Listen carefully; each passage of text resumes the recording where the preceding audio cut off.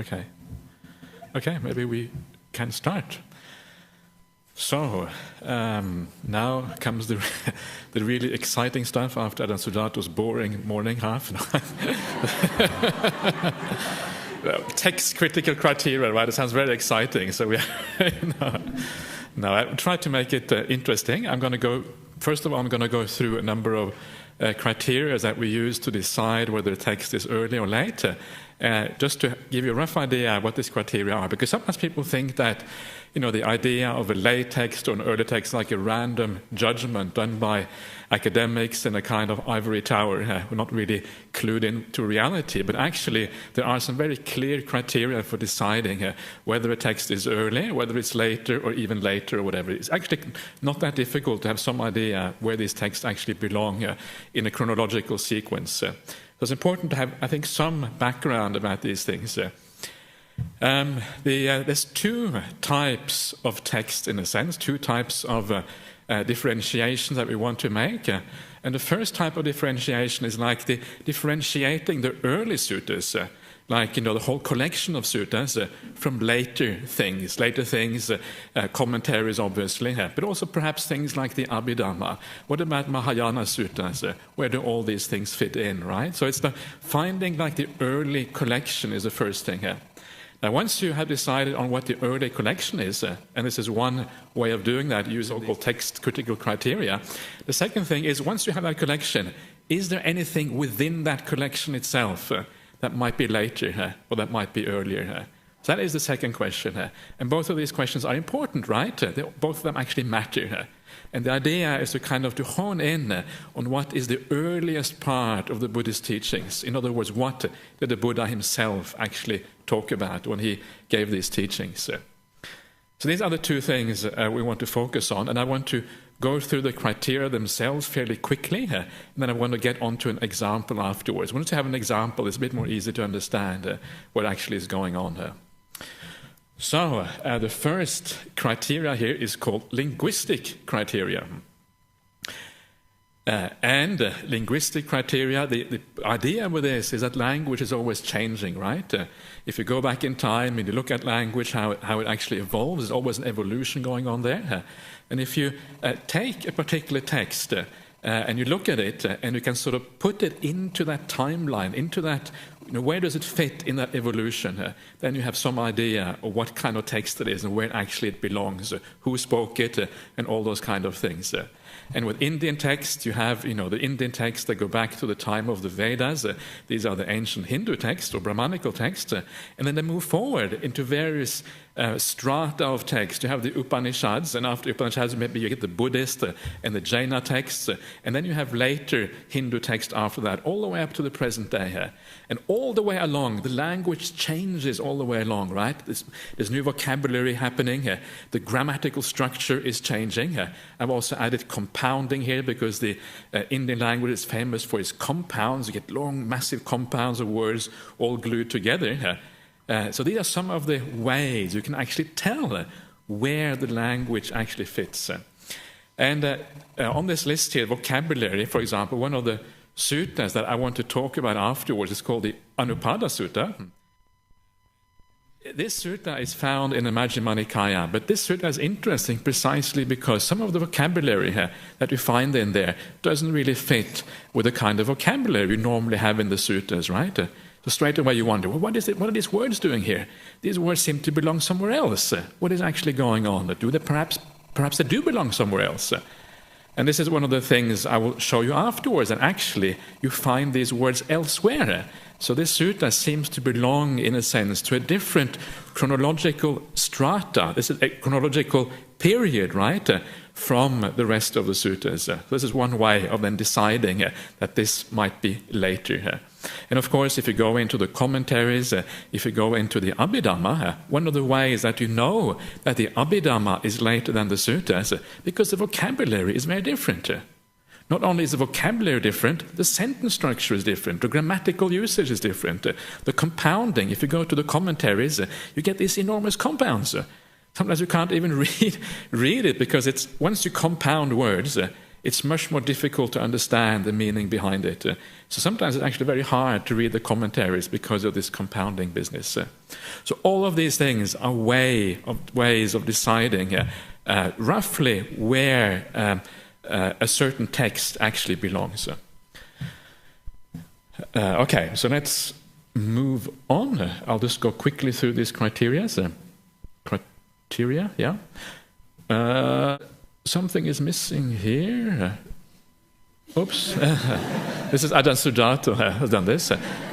Okay. Okay. Yeah, there's a few missing here. They disappeared. Yeah. Maybe you put the picture on top or something. Yeah. It was worth it. Okay, let's have a look. Yeah.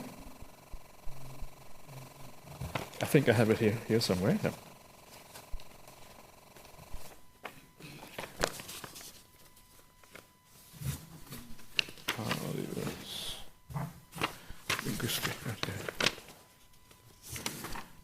Okay, so that linguistic criteria is the first one. The second one is called stylistic criteria. And this is very closely related to linguistic criteria. Style and language are often very, very interrelated, and sometimes you can't really pull them apart. But stylistic criteria are often things like, for example, the floridness of the language, right? Sometimes language can be very flowery. Lots of adjectives, lots of supernormal powers, large, enormous crowds of people. In the suttas, you often have small crowds of people, maybe a few disciples, maybe a few hundred. In some of the later literature, you have like millions, quite literally, of devas and people and everything, and all kind of magnificent and marvelous things are happening at the same time. So everything is very florid, very flowery. And this is one of the reasons also when you compare, for example, the Mahayana texts and the Mahayana suttas, even though they are given in such a way as to they actually say that the Buddha spoke these things, when you look at the suttas, they're very florid, very flowery, lots of things, marvelous and amazing things happening there. And again, the Anupada Sutta, which I want to show you afterwards, also has a little bit of floweriness to it. And this is one criteria by which, again, you can see that this might be possibly a slightly later sutta. So floridness is one way. Then there is repetitiveness. This is another aspect of style, how repetitive things are. And remember, one of the reasons why the suttas are so repetitive is because they're part of an oral tradition, right? So if you then later on have books which are part of a written tradition, you'd expect them to be different. And some people say that the Mahayana suttas, they are written or composed in such a way that they are likely to have been written from the very beginning, because they don't have the same oral feature, the same type of repetitiveness that you actually find in the Pali. And sometimes in the Pali you find exaggerated repetitiveness.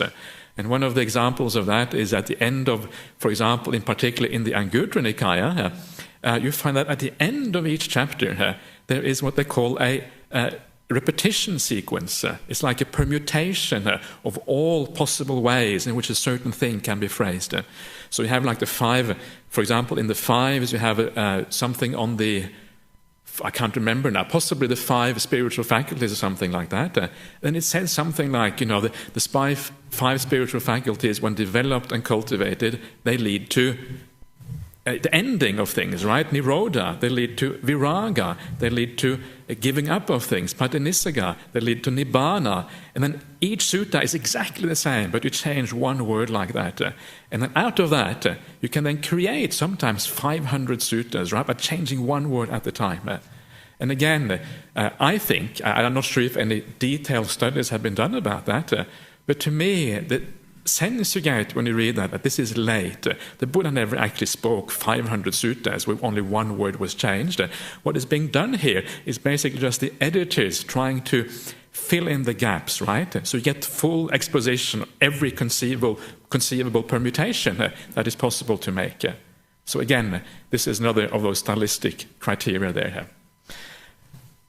Okay, so that is the second one. We have the linguistic criteria, stylistic criteria. The next one is metrical criteria. Meter, this is about verse, right? About poetry. in verse and poetry, particularly in Indian verse and poetry, there's a certain structure to the poetry here. There's a certain number of syllables per line. And not only that, but each syllable there's two types of syllables in Indian poetry, either long or short. There's a certain sequence to that, to the syllables, maybe two long ones and a short one, and another long one, right? And this is called a meter. It's the rhythm, particular rhythm of that verse. I know in much modern verse there isn't much rhythm at all anymore, but this is the way it traditionally is. And meter is just like language. Meter changes over time, right? So you take some of the very earliest of the verses that are found in the Indian tradition. Again, this goes back to the Vedas. And you follow the development over time, all the way up to the present day. You see different meters being used. And not only different meters being used, but the meter itself changing. The particular meter that is used changes also at the same time. And there's a very fascinating analysis done by a man called A.K. Warder. He's one of the prime, he's late now actually, he passed away a couple of weeks ago. And very fascinating book that shows the development of meter over time. And he is able on that basis to place certain suttas in a certain time period because of that. And the things you see there, for example, the Parayanavaga. The Parayanavaga is one of the most famous, perhaps, suttas in the Pali Canon. It is found at the end of the Sutta Nipata. And the Parayanavaga is this fascinating discussion between the Buddha and these Brahmin ascetics at that time. And this has always been considered very ancient because it's quoted elsewhere in the suttas. And when A.K. Warder did a metrical analysis of that, he found precisely that. This is some of the most ancient verse to be found anywhere in the Pali Canon. That's the first thing he found. The second thing he found, which is also very interesting, that was touching on what Bhante Sujata was talking about this morning, is that the Parayanavaga is structured according to a core teaching, which is the teaching between the Buddha and the Brahmanical ascetics. And then it has a framing narrative. We're talking about the framing narrative this morning, which kind of separates the sutta from the rest of the material, right? And he showed that the framing narrative actually is later than the sutta itself, and actually the dialogue. And that's exactly what you would expect, right? Somebody speaks the sutta, and then maybe a few years later on people think, oh, actually what happened? You know, what was that all about? And then the framing narrative gets put together, and the details are a bit more vague about what actually happened. So that is how the metrical analysis can be used. And then you have the Lakkhana Sutta. The Lakkhana Sutta is considered by many to be a very late sutta, found in the Digha Nikaya. It talks about the famous 32 characteristics of a great man, which is about physical characteristics. And many people have sort of wonder what this is all about. And true enough, when you actually do the metrical analysis, it's a very kind of late meter that you find this particular sutta in. So again, it seemed to have been a later thing here. So one of the things that you find with meter, again, is that as time goes by, it gets very structured and very strict, and it becomes very beautiful, right? This is what happens over time. You get to a poet like Ashwaghosa, one of the famous Indian poets, and he wrote a life of the Buddha in metrical, in verse, very, very beautiful. Considered some of the best poetry probably in the world ever done. But it's beautiful, right? It's not really Dhamma anymore. It's like the story of the Buddha with all kind of fantastic things, marvelous things, put in a beautiful rhythmical pattern. So everything is very nice. So now it's about beauty rather than about content. And this is what you see happening there. Okay, enough about meter. Doctrinal evolution, another criteria that is very useful to use, because you find that doctrine always evolves, right? Everything evolves. This is just anicca, basically, right? And of course, one of the important things about doctrinal evolution is that the ideas that come afterwards, they always look back to ideas that came before, right? So when you read a late doctrinal statement, something that has been spoken after the Buddha, it always assumes what was spoken by the Buddha. In other words, it develops on the earlier doctrine. And this is how you can tell. You can tell something. Often they will quote from the suttas, or they will talk about the suttas in a way where it's obvious that they are meaning the original suttas, and then they will develop from that. But the original suttas, the early suttas of the Buddha, they don't look back, they don't actually look forward to the later development, right? For example, the suttas, you don't really find any Abhidhamma material, with a very few minor exceptions, and they look like late additions to the suttas. You don't find that in the suttas, because, again, precisely because it is earlier. So what is, like, if the suttas have something which goes before it, what do the suttas look back to? It's actually an interesting question. If the late doctrinal development look back to the suttas, what are the suttas looking back to? Do they look back to anything in particular? And the answer is that if the suttas look back to anything, it is the Upanishadic and the Vedic ideas that existed in that culture, right? Because the suttas had to relate to the existing culture, and they had to answer the questions that the Brahmins and the people at that time had. So they would have to relate to that. So they look back to that.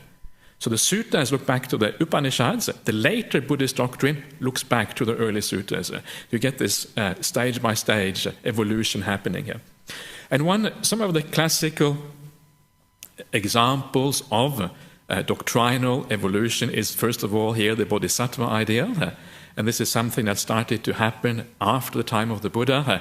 And many scholars have said that, or some scholars have said anyway, that once the Buddha, passes away, there is this sense of lack there, right? So the idea, the biography of the Buddha starts to be built up after the Buddha passes away. Oh, the Buddha is gone. There's a lack in our lives. Things aren't as good as they were in the old days. Let's start. Who actually was this Buddha anyway? We don't really know that much about him. Okay, let's start writing the biographies. Let's start thinking about who he actually was. And from that, that's the kernel of the Bodhisattva ideal. Then you get this idea that he practiced over many eons to perfect himself. And it's actually interesting. One of the suttas in Chinese translation actually has that idea, this standard idea of the Bodhisattva ideal, that you bow down to a previous Buddha and you make the determination, I will become a Buddha in the future. That's not actually found anywhere in the Pali Suttas, but it's found in the one of the Chinese suttas. And that's obviously, you can see there, the kernel, the beginning of the Bodhisattva ideal actually starting to arise. And eventually, that ideal becomes then a full-fledged path. The Pali Suttas don't say anything about the Bodhisattva path, they talk about the Arahant path, and then the full-fledged Bodhisattva path arises, and suddenly it is a Bodhisattva that you should become rather than an Arahant. And that is, again, this evolution of the Bodhisattva ideal. Then you have the evolution of the Abhidhamma, and the Abhidhamma, of course, even though it is clearly later than the suttas, it is again based on the suttas. But it has developed from the suttas. And one of the suttas, or the sutta I will talk about afterwards, the Anupada Sutta, has some of these very early Abhidhamma ideas in it. So again, you can see how the kernel of the Abhidhamma happened in some presumably late suttas, and then it developed from there. You can see the development, evolution. Then you had the Abhidhamma Pitaka. The Abhidhamma Pitaka is not that developed yet. Then you have the commentaries, sub-commentaries on the Abhidhamma. And when people today talk about the Abhidhamma, they don't just mean the Abhidhamma Pitaka. What they mean is this whole mass, large mass of books, compendiums on Abhidhamma, commentaries, sub-commentaries, and all that together is actually what forms the Abhidhamma. But not just the Pitaka itself. Okay. Yes. Just that idea of later ideas and the Bodhisattva ideal. Yeah. To me, that Bodhisattva ideal always seems to have a Christian ring about it. Yeah. And where is the earlier ideal? That you're saying how the Bodhisattva ideal came from the idea of the Buddha, the bowing down to the previous Buddha. Yeah. Where does this thing of I won't get enlightened until the last blade of grass gets enlightened until That is that is a much later idea again. That is only found in Mahayana Buddhism, I think. That doesn't actually exist in the Theravada canon at all, or Theravada scriptures at all. The idea of the Bodhisattva ideal actually exists in Theravada, but it exists in the commentaries. Whereas, of course, in the Mahayana, the Bodhisattva ideal is the main thing, right? It's actually there, right there from the beginning in the Mahayana suttas. So that was kind of a new movement that happened with Mahayana. So the Bodhisattva in the Theravada tradition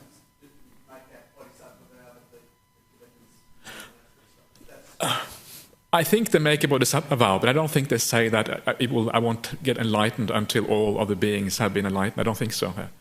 But I must admit, I'm a bit hazy on that one. But do you know anything about that? Or? I think that's Yeah. As far as I'm aware, that's probably correct. Yeah, Yeah. There's in the Theravadan tradition, the way that it's described is, you make an aspiration to be Buddha in the future, but you don't make an aspiration to put off your enlightenment until all other beings become enlightened. That's my understanding. But yeah. Yeah. Is there a Buddhist origin for that idea, or is it basically something that came from Christian influence around,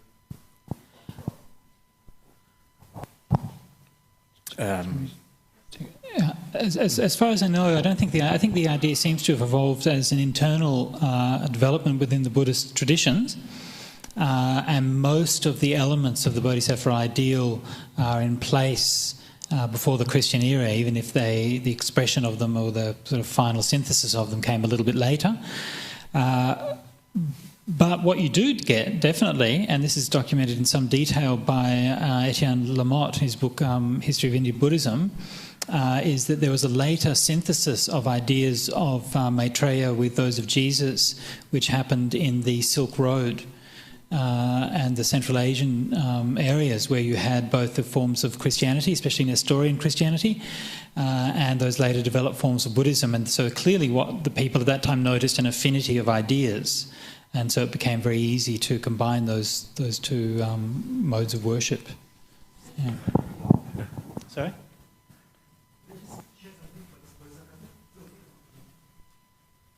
Okay, very briefly, Eddie. Let's make it short, please. Yeah. Yeah. Bodhisattva is a person who helps people. Okay? So the Baha'i Buddhism, okay, they don't want to go to Nirvana. When enlightenment, once they're enlightened, they come back and help suffering beings. Yeah. They want to rescue all human beings Yeah. out of suffering. But Yeah. that's the Bodhisattva. Yeah. Bodhisattva, Okay. that is not stated in the suttas. Yeah. These are all other things to do. As regards pure land wisdom, it's linked to the two. So with early history of religion, Yeah. Eros of Egypt Yeah. and Mithra of Persia of Iran. Yeah. Okay. Okay. Yeah. Yes, I see, man. Yeah.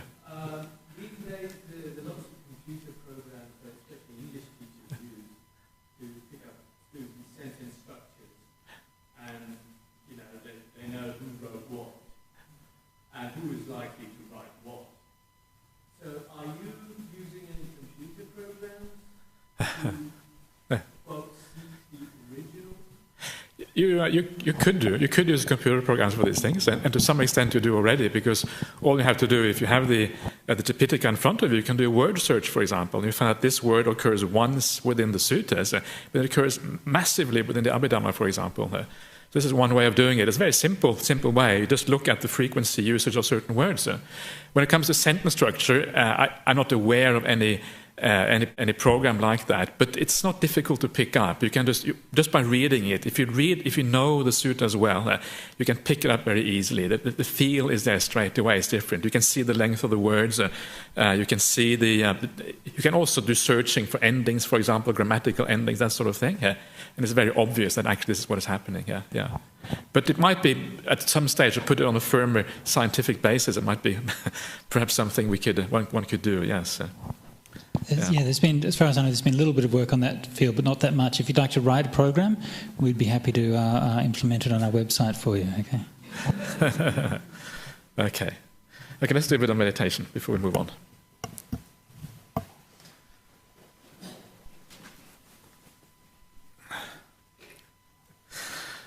Okay, very good. So let us go on to the next one of these criteria. So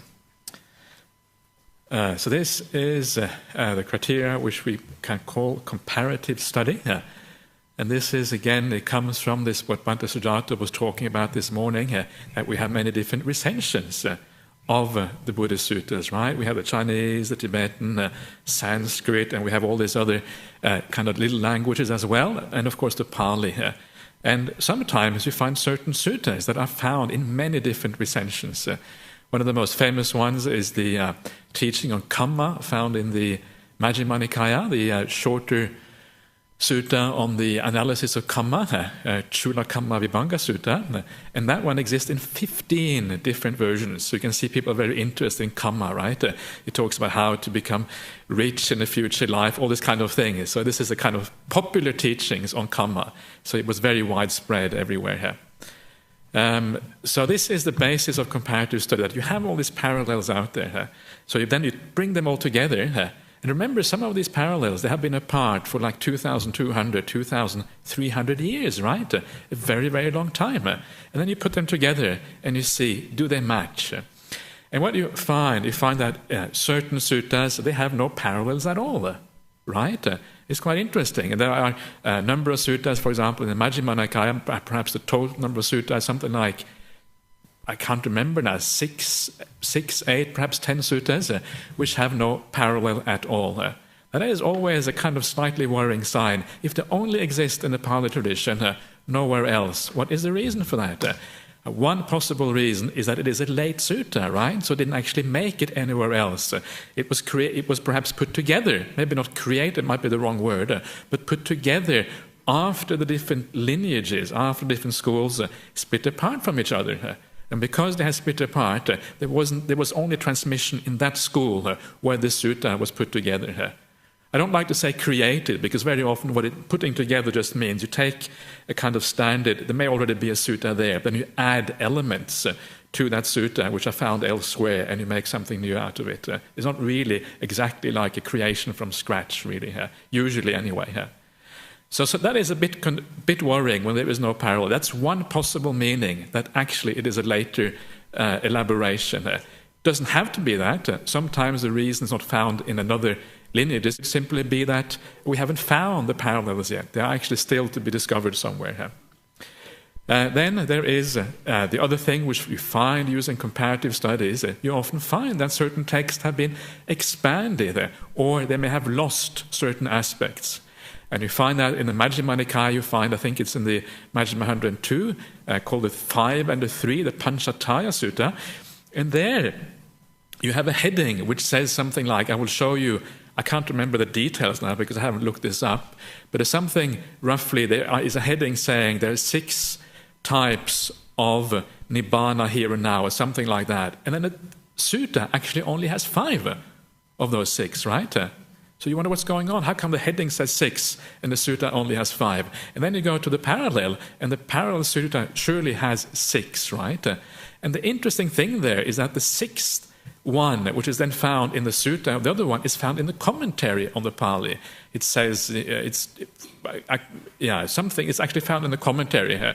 So presumably the commentary has perhaps gotten that up one from one of the other schools, included in the commentary, but hasn't actually dared to put it back into the Pali Sutta itself because of uncertainty where that actually was the original. And that is another interesting point. The very fact that you have a heading which says 6, then there's only 5 of the things in the Sutta itself, and it's found in the commentary but not put back in the Suttas.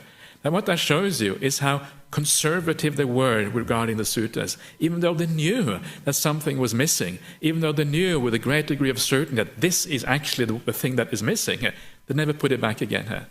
So that is, it's quite reassuring in a sense when you see that kind of things, because it shows you that they were very, very reluctant to actually change the suttas themselves, which is actually is a very important point.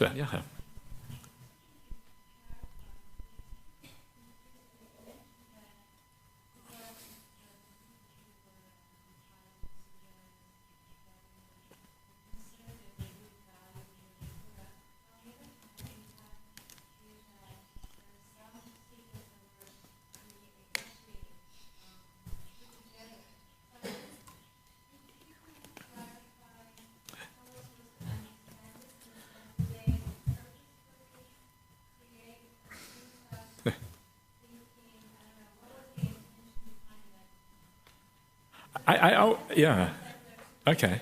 Yeah. I don't think that. I think that it's very rare that they actually create the sutta from scratch. I think what often happens is that they probably had some kind of sutta, some kind of framework that was already there, and then they added things. That was what Bhante Sudhata was talking about before. They wouldn't take things out of the sutta, but adding things to the sutta was considered okay. And the reason it was considered okay is because if you have a framework and you just add more of what everybody thinks is the Buddha's teachings, well, all you're doing is explicating what is already there, right? You're not really adding anything. You're just kind of creating an explication of what is there. That is one way. Before you continue, the second way is that, and this is one of the things that Nalayo talks about in his study, in his comparative study of Majjhima Nikaya, is that in the early days, it's very likely that the suttas were recited, it's oral tradition, right? So the suttas were recited, and the commentary to the sutta would have been recited together with the sutta, because you needed the commentary to explain the sutta right there and then. Now, if they are recited together like that, it's very easy for material from the commentary to be taken up into the sutta. Because they're together, it's very hard to keep them apart, right? So it's an unintentional, often it may have been an unintentional expansions of the suttas that happened simply because oral tradition, the way it worked.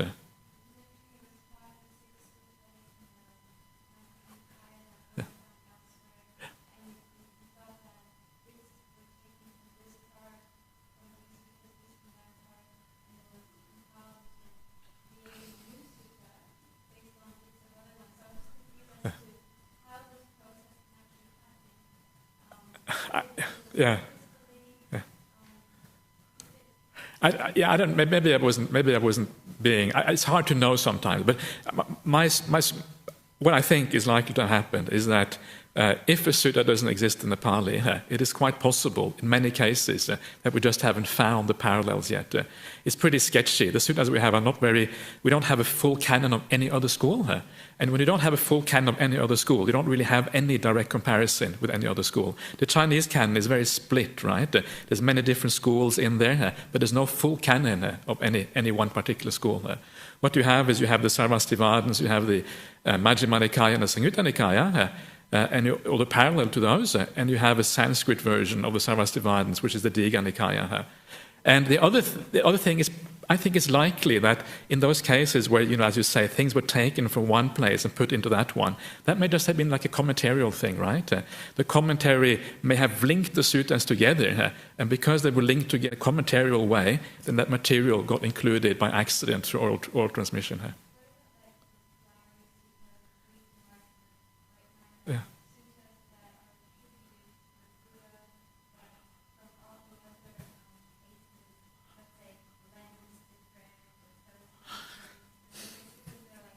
Yeah. Yeah.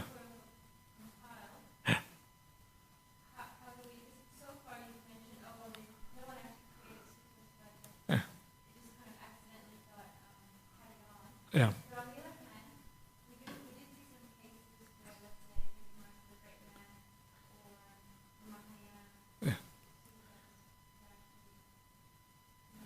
Sure, yeah. Again, it's very. I mean, the whole thing with the 32 marks of a great man is a very obscure area of Buddhism. Nobody knows exactly where it comes from. According to the suttas, it's supposed to come from the Brahmanical tradition, but there's no trace of these anywhere apparently in the Brahmanical tradition. So it is rather strange. But again, it may have been just started off with a bare list. Then the commentary came along, and gradually it came into this kind of sutta. It's a mystery. Yeah, we don't know. Basically. Yeah. In that particular case, you can easily imagine, let's say, if you had that list of the 32 marks, it is a bit kind of weird and so on. So people would be asking, like, why are these and so on. So then you could imagine that somebody would then give an explanation. This mark is a result of that act of karma, and it demonstrates that, and so on. So this is just the explanation for it. Then later on, then that explanation becomes part of the actual sutta. It wasn't actually that. Let's say it was a monk who was giving that explanation. It wasn't their intention that it be included as part of the sutta, but later on that distinction just becomes forgotten. Yeah. So this is how these things can gradually accumulate. Yeah. Yes, Venerable.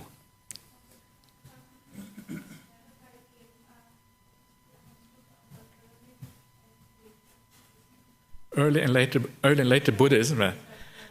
Yeah. Oh, you mean time frame? Okay. Well, yeah. Yeah. Well, I think, what we are really trying to do here is trying to sort of bring it back to what did the Buddha actually talk about, right? This is basically what this is about.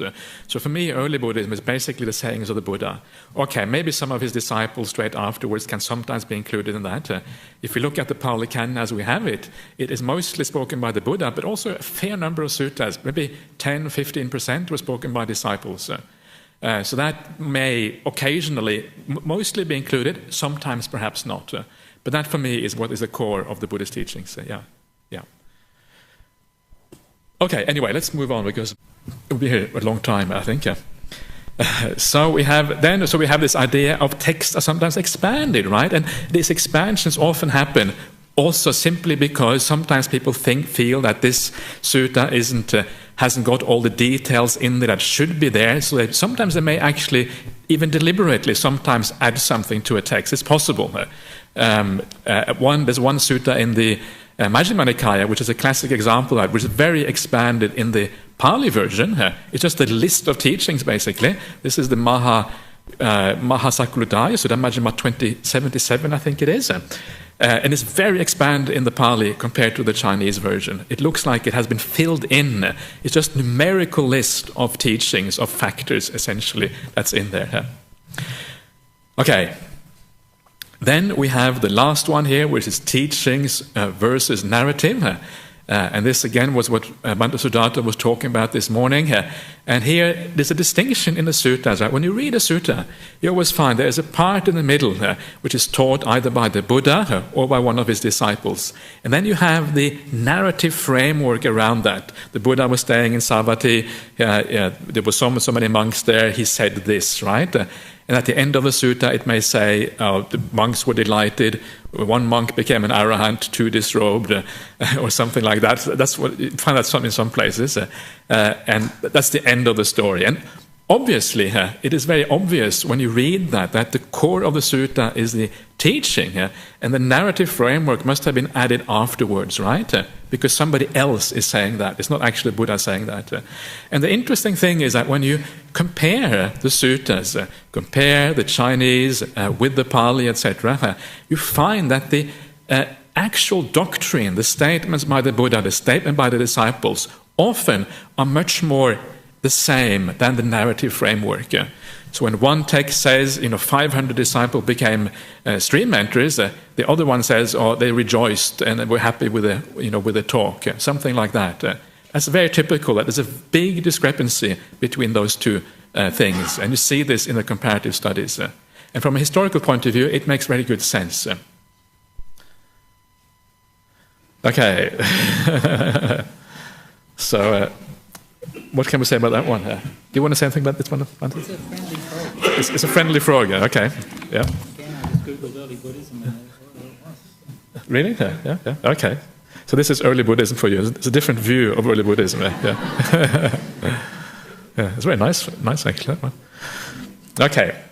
So now we come to another criterion for is early Buddhism, and this is to look at the historical data and geographical data, the data about people and all kind of things that is actually found again in the suttas, and compare that to what is on the ground, what you find through archaeological research and these kind of things. And I did talk about this quite a bit last time, so I won't talk about that too much now. But things, for example, the suttas talk about the northern India being divided up into different nations. It mentions the large cities that were around in India at the time. And one of the very interesting facts is that those large cities did not include Pataliputra, or Patna, which is called today, which was the largest city in India only about 100 years after the Buddha. That's very interesting, isn't it? It's hardly mentioned at all in the suttas. It's only mentioned towards the very end in the Mahaparinibbana Sutta, and there it is only a tiny village. And 100 years later, it's the biggest city in India. So again, you can see that, you can sort of you get quite clear when the suttas were spoken and when they were not. And then if you go to a work like the Milinda Panya, which you may have heard of, is the questions of King Milinda, who was a king of Greek descent living in the northwestern part of India. And when you read that, again, the geographical situation is very different, because then he talks about King Ashoka, about the famous Ashoka Rama, which was the big monastery founded by King Ashoka in Pataliputra. He talks about Chandragupta, and all of these things are events that happen much later on. So it's a very different historical and geographical context, and you can see that straight away when you read the suttas. Then you have the relation between Brahmins and the Kshatriyas, the Katyas in Pali. And this says something about the social structure at the time. Today, the social structure in India is that the Brahmins are the highest caste, and the Kshatriyas are the second high, very clearly defined today. At the time of the Buddha, it was actually quite different. At that time, it seems like the Brahmins and the Kshatriyas were roughly on the same level. And often you would see the Buddha having a discussion with the Brahmins as to which caste was the highest, right? And of course the Buddha would say, in the end he would say, well, actually it has nothing to do with caste, it has to do with your virtue. You are a Brahmin, or you are a noble person by virtue and not through birth. But still you can tell just from the way things are that at that time there was a kind of equality between these castes. There wasn't any clear sense of delineation as there is now. Okay, so there's one which has gotten lost here. Probably the frog took its place. I'm not sure. So this is the last one. Is what I would call direct textual evidence, and this is the kind of evidence when you read the sutta will tell you, for example, that the Buddha was dead. Right? That's what it says. So then you know that this must have been spoken after the Buddha. Sometimes it's not spoken quite as directly as that. Sometimes it is just spoken by the disciple, and the Buddha isn't mentioned at all. Now that is another way of basically saying that the Buddha had passed away at that time. That seems to be the implication, because otherwise the Buddha is always mentioned, even when a disciple is teaching a sutta. Even if the Buddha is far away, he's usually mentioned if he's alive. So these are the sort of things that you find, the internal evidence in the suttas. And of course this is quite significant, because the suttas themselves, they often say, the Blessed One said this, the Buddha said this. So how should we relate to that? How do we relate to the fact that the sutta says, the Buddha says this? And of course, I think it is fair that our starting assumption, if that's what the sutta says, is to assume that that actually is the case. That should be our starting assumption, because that's what is actually spoken. And then if we find evidence to the contrary, then okay, maybe we can doubt that actually happened. As, for example, in the case of many of the Mahayana suttas, I think the evidence is too strong to really believe that the Buddha actually spoke those things literally. So this is how you then go about these things. And of course, again, we also have the idea again of narrative versus teachings again. That is very clear that these are two separate things. In fact, quite fascinating as well, when you look at the narrative, the linguistic data again, the evolution of the words and the way the words are actually different there than they are in the main text. There's a grammatical evolution again. I told you this was going to be really exciting stuff. So, okay, now. Yeah, please. Yeah.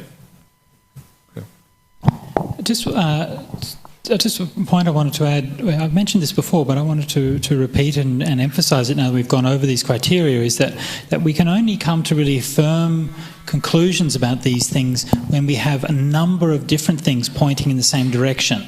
This is very, very important. None of these criteria in and of themselves is absolute. Okay, they're all a bit. They've got a bit of wiggle room there. But when you find several different criteria pointing in the same direction, okay, then you can be very confident about your conclusions. Well, I'll just give one example of this, would be, and this was referred to in one of the previous slides, is the last verses, the closing verses of the Mahaparinibbana Sutta, the discourse dealing with the Buddha's passing away in his last days and so on. And there's a few verses added at the end about how the relics were distributed, and the tooth relic and these kinds of things. Now these verses, first of all, they're at the end of the sutta, right? So it's the easiest place to add something, right, is to tack something onto the end. Secondly, they're dealing with a topic which is not really talked about in the rest of the suttas, which is relic worship. Thirdly, they're in late metrical styles, okay? So we know from the poetic style, we know from the vocabulary, okay? We also know because the commentary tells us that these were added. In one case, it says it was added at the second council, 100 years after the Buddha, I think, or the third council. And in one case, it even says this verse was added by the Sri Lankan elders, okay? So that's found in the commentaries. So when we find so many indications all pointing in the same direction and no indications pointing in the other direction, then we can reach a very firm conclusion. The interesting thing about that is that it's often the case that we can be so clear, okay?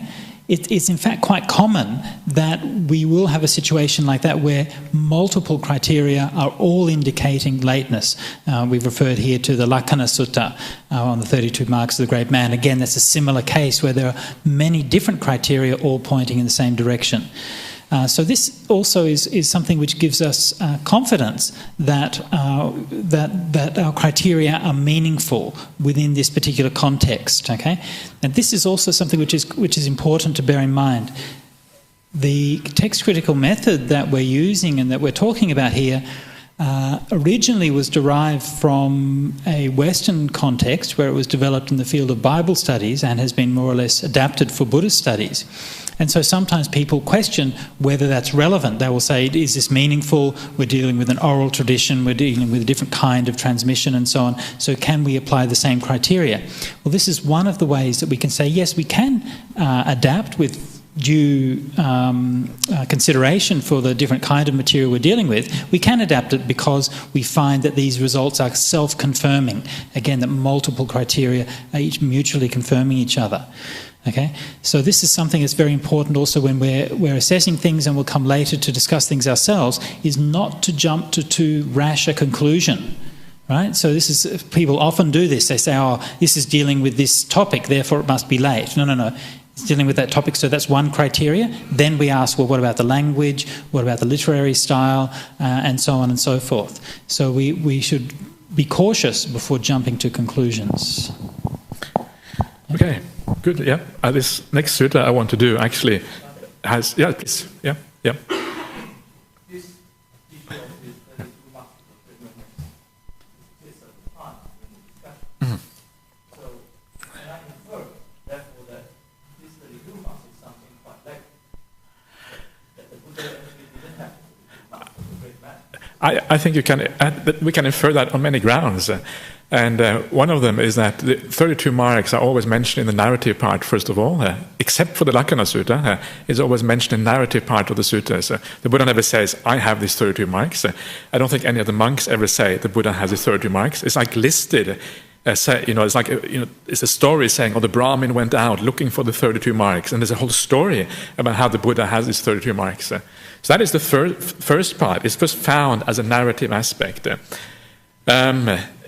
Then there is the fact that the only place where actually it's not part of the narrative, it's part of the sutta itself, is the Lakkhana Sutta. And the Lakkhana Sutta, again, is on many counts a very late sutta, on I think on vocabulary, on metrical style, because it's a sutta full of verse, on doctrinal style as well. It takes this idea of kamma to an extreme. There's a number of criteria on which that one is late. And sorry. You want to borrow it? Okay. Gee. Okay.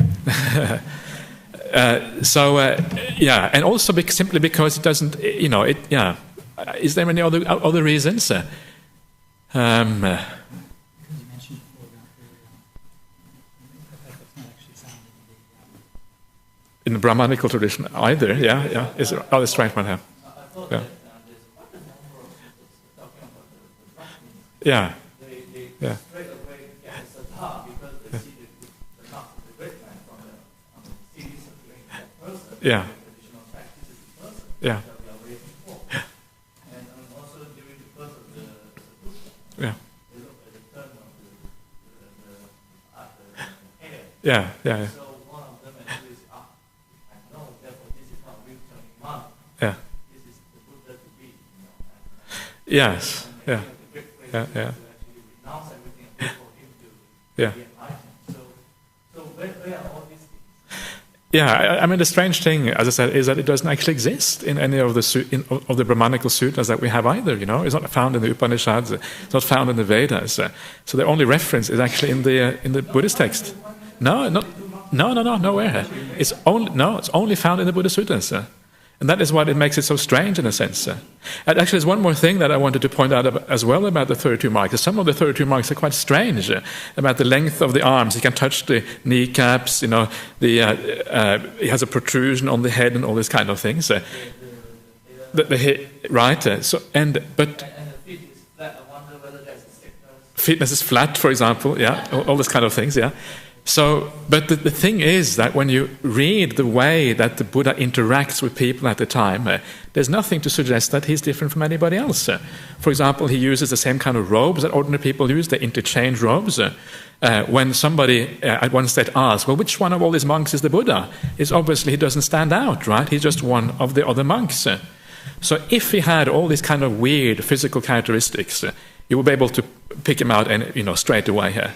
He would just look very, very funny, basically. Yeah. And it just, I mean, you know, from my point of view, why would the Buddha is a human being, right? To have all these strange characteristics doesn't make any sense. So the whole thing sounds like mythology. It sounds like legend. Somebody's trying to make something out of something which not really isn't that Buddhist, basically. So this is the text that we're talking about here, is the Lakkhana Sutta, Digha Nikaya number 30. And... Oh, I moved it.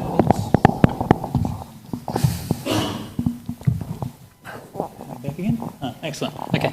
So one of the things which Ajahn Brahmali mentioned earlier was one of the linguistic features was the compounding. Right? So here we have this word here. Okay? So we'll just have to scroll over to the right here to actually fit the word in on the page. Yeah? So this will give you kind of an idea of how far we are away from natural use of language already in this sutta. Yeah. Okay. Do you want to give an breakdown of what that compound means? No, I think we'll leave that for another day. Yeah. Okay. Okay. Let's do some meditation again here.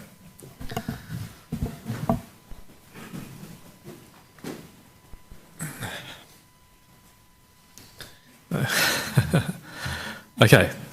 So now what I intend to do is to have a look at a practical example of how this actually works. That's actually not the right one. Well, where's the text? It's gone. Which one? The first part of the text.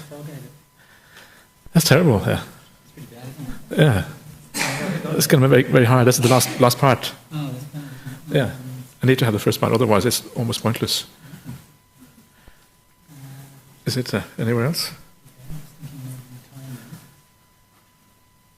We've been here for an hour and a quarter already. Yeah. Why don't we have a break for a cup of tea? Have a tea break a bit early. Yeah. People can come back and we can do the last part of this Yeah. after the tea break. And we can fix it up in the meantime. Okay. Yeah. Okay, so we're going to have a... Yeah, okay. Okay, so look, sorry, we've got a bit of a software glitch here. The frog ate part of the paper. So...